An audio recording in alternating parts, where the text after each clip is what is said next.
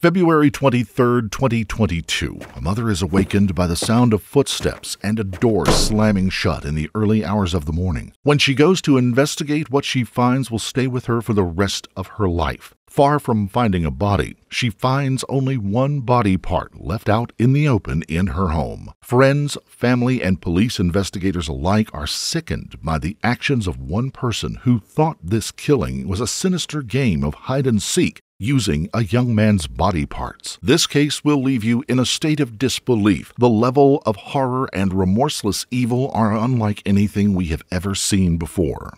Before we begin, we would like to send out our condolences to the friends and family of Schabusiness, whose life was ended so prematurely by the selfish and unhinged deeds of one evil person. Green Bay, Wisconsin, a small city situated about 100 miles from Milwaukee with a modest population of around 110,000 people. The small city was also home to Shad Therian. Born in 1997, Shad is reported to have been a nice guy who just lost his way in life and really never discovered the direction he wanted to go. He spent his time working at the family business with his father and grandfather. His biggest passions were gaming and wood carving, something which he is said to have had a real flair for. But as is the case with some people who don't really have any goals or ambitions to speak of, Shad also had his demons. He struggled with varying drug addictions that impacted his health and, of course, his overall lifestyle. Regardless of the way he lived his life, Shad did not deserve the fate that was about to befall him. February the 23rd, 2022 at 3:25 a.m. The remains of the 24-year-old man are found by his mother. She was walking around her home when she came across a bucket at the bottom of a flight of stairs covered with a beach towel, which normally wouldn't have been there. As the woman removes the towel to see what, if anything, was inside, she makes the horrifying discovery. Looking up at her is the head of her deceased son. Eyes open, staring blankly, a look of terror on his face, covered in blood. Shad's mother, Tara Pankanich, immediately called 911. Officers arrived quickly. This was a very unusual call for them to receive. They looked at the head and noticed it hadn't been placed in the bucket alone. 2 knives and what appeared to be the remnants of an internal organ had also been placed there as well. The officers quickly began to search the home for any clues and to make sure that there was no further risk to life, starting with Shad's bedroom. It quickly became apparent that the crime scene had taken place in there. The mattress of the bedroom was covered in blood. Presumably, as arteries had been cut wide open, the blood also spurted onto the walls, the floor, and even into a shower. But how did his life come to such a gruesome end? Where was the rest of his body? Despite life choices, Shad didn't appear to have any enemies. So why would someone want to kill him? Not just kill him, but decapitate him in the most brutal and merciless of ways, executing him in the way you could only associate with death penalties handed out during medieval times. Of course, Shad's mother was in pieces. What mother wouldn't be? But the police had to get to work straight away.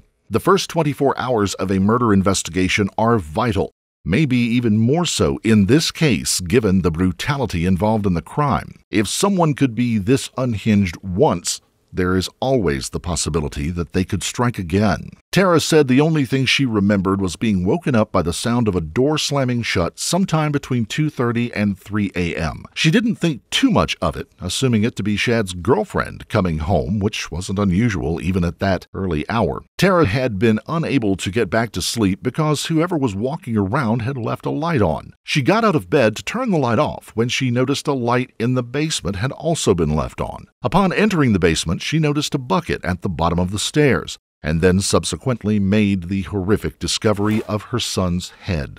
Tara said the last time she had seen her son alive was the night before, around 8:30. She had no idea who had been to see her son between then and finding his remains. In fact, there was only one person who regularly visited him, his girlfriend, Taylor Schabusiness.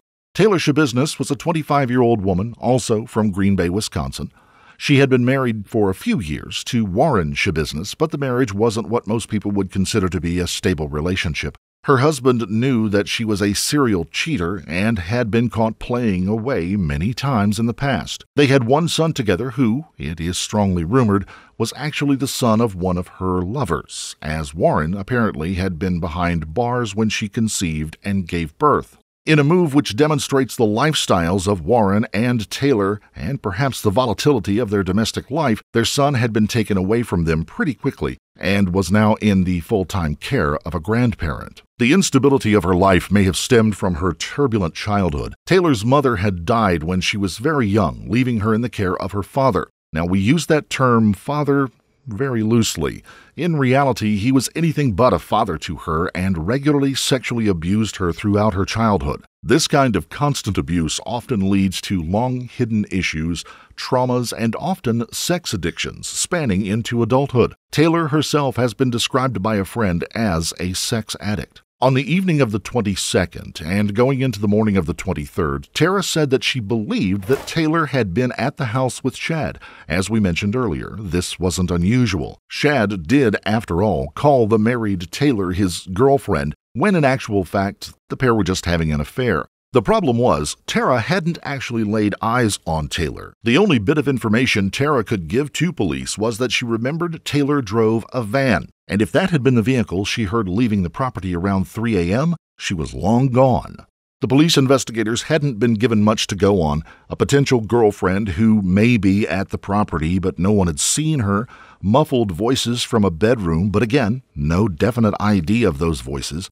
Given that Taylor's name was the only one mentioned, they had little choice but to start their investigation with her. 2 officers immediately made their way around to Taylor's home. The van that Tara had described was outside. At this stage, though, there isn't any evidence to convict anyone, but the sooner law enforcement had started ruling people out of their inquiries, the better. But in an unexpected yet very helpful move, Taylor was about to put herself front and center in this investigation. As soon as the police arrived at the home, they spotted the van that Tara had alluded to and started looking through the windows for any clues.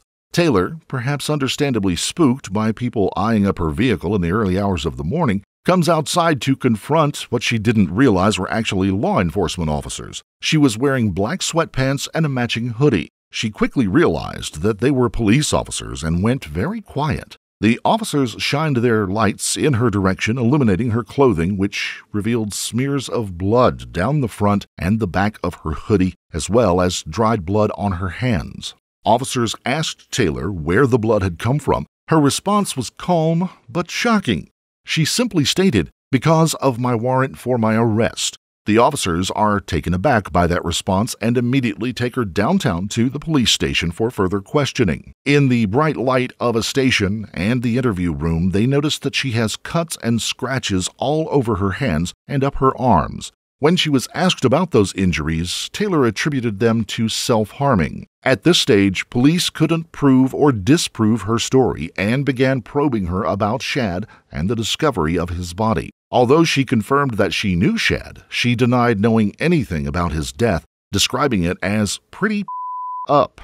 Strangely, when asked about her van, she said it wasn't hers and it actually belonged to her roommate. Police suspected that Shad was actually her roommate because of the initials of the roommate were SP, matching Shad's. Quite a coincidence. But she did admit to driving the van back from Tara's house. Meanwhile, officers were busy searching both Taylor and Tara's property for other body parts, having only found Shad's head so far. Taylor was asked, "Where is the rest of the body?" She responded, "In the basement." When asked what happened, she simply says, "Good question," claiming to have blacked out throughout the entire gruesome episode, although this turned out to not be the case as she quickly contradicted herself by explaining what had actually happened. Taylor said that she, Shad, and a friend picked up some drugs together and went back to her house and spent the afternoon smoking pot until the friend left, which is when Taylor and Shad decided to use methamphetamine instead. Not long after, completely consumed by the effects of the drugs, the pair went to Shad's mom's house and into his bedroom in the basement. Shad then apparently brought out 2 sets of chains to use for the pair to have, relations together. Taylor said this was nothing new. They used to strangle each other using chains when they had relations regularly. She admitted to pulling the chains around Shad's neck so tight that he coughed up blood. Now, we should note at this point that Taylor shows no signs of remorse or embarrassment. She was speaking calmly and rationally as if nothing had happened, as if it was normal to cough up blood when sleeping with someone. She continued and freely admitted to the officers that she liked it. Her thought process was, in for a penny, in for a pound.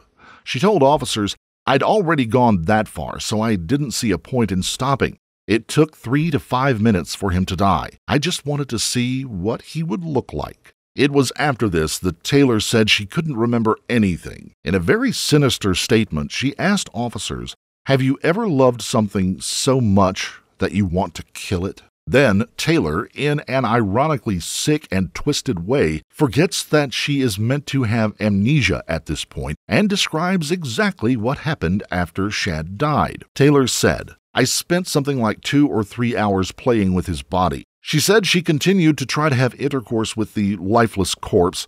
It's difficult to know why she was being so open about these horrific and necrophilic acts. Police investigators suspected she was going to try to plead insanity. Let's be honest, as far as proving herself insane goes, she was doing a pretty good job. Taylor then became more aggressive, not toward officers, but towards herself, saying, "The head. I can't believe I left the head behind. You guys are going to have fun trying to find all the other organs, but I think there's a leg in the van." She was then asked what she used to dismember the body. "I used knives from the kitchen. Some didn't work very well, but the bread knife, yeah, it worked the best. I think it must have been the serrated edge. The knives are in a bag in the basement along with a few body parts. Whatever bags you find will probably have some body parts in them. I just used whatever I could see at the time." Police investigators took her word for it and went straight to the van. Inside they did indeed find a leg, just as she had described, as well as other body parts scattered around in different bags and in a crock pot. They also found more than they bargained for. Taylor had hinted that the police would have fun trying to find the organs, but she got that wrong. In a plastic storage tub in the van, they found all of the internal organs as well as more knives, which of course were covered in blood. Let us take a step back here. When Taylor became agitated about forgetting the head, she also explained this to officers. "I did intend to clean up the scene as best I could.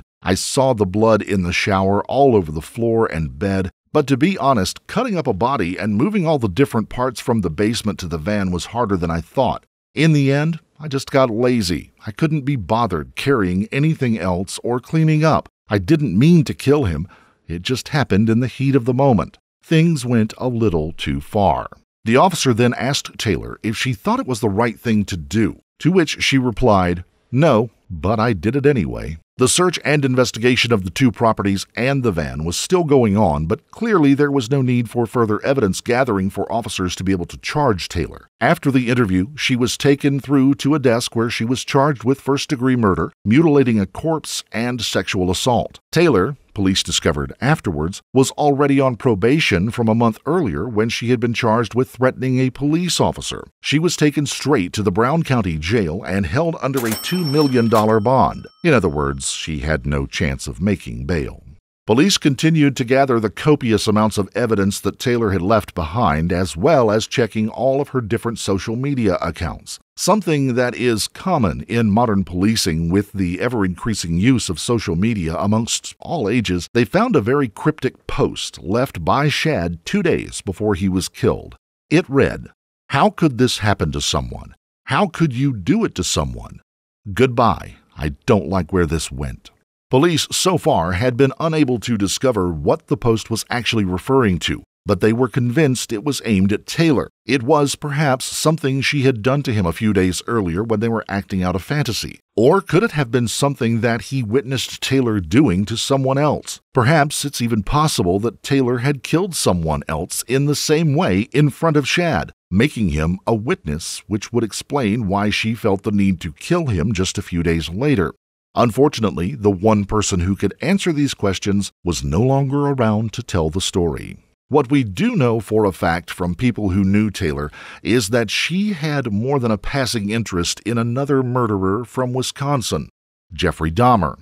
Dahmer, of course, murdered 17 men, mostly by strangulation, and afterwards he dismembered the bodies as well, the same MO as Taylor. She had pictures of Dahmer and watched countless hours of documentaries on what he had done.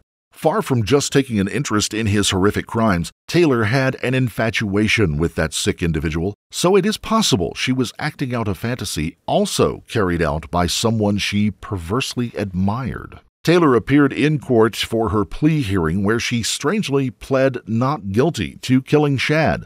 How she could ever think she was going to get off of the charges that she faced was truly a mystery, and something only a disturbed mind like Taylor's could possibly figure out. Her trial was set to go ahead in May of 2023. On February 14th of 2023, however, her lawyer, Quinn Jolly, brought a motion forward to the judge, Thomas Walsh, requesting that the trial be suspended because the defense needed more time to gather evidence and to prepare the case and to have Taylor reevaluated to make sure that she was fit to stand trial in the first place. The judge graciously agreed to Jolly's request, but just as this happened, Taylor did something we have rarely seen before. She was sat to the left of the lawyer when she unexpectedly lashed out at him using her right elbow, trying desperately to connect with his face, but fortunately he suffered no injuries. One court bailiff managed to get her on the floor, but it takes two others to properly subdue her. Within a short time, she had switched back to calm again. Mr. Jolly has since lodged a motion with the court to have himself removed from the case. He will, understandably, no longer be representing Taylor Schabusiness. Whoever is given the unfortunate task of representing Taylor, they have a heck of a job on their hands. Surely most lawyers would be reluctant to even sit face-to-face given the treatment that Quinn Jolly had received for his efforts. It is unlikely that Taylor Schabusiness will ever walk the streets again, but will surely spend the rest of her life behind bars, which should give comfort to law-abiding citizens of Wisconsin. The only plus for Taylor is that she is in the state of Wisconsin, and they have not had the death penalty for over 150 years, longer than any other state in the U.S. It was repealed in 1853. Despite her being jailed, there has been little comment from Shad's family. Shad's uncle gave a brief statement on behalf of the family after Taylor had been arrested. Yesterday, we were given some devastating news. Shad Therian, my nephew, was taken from us by what I can only assume is a monster. Shad had a good heart and soul.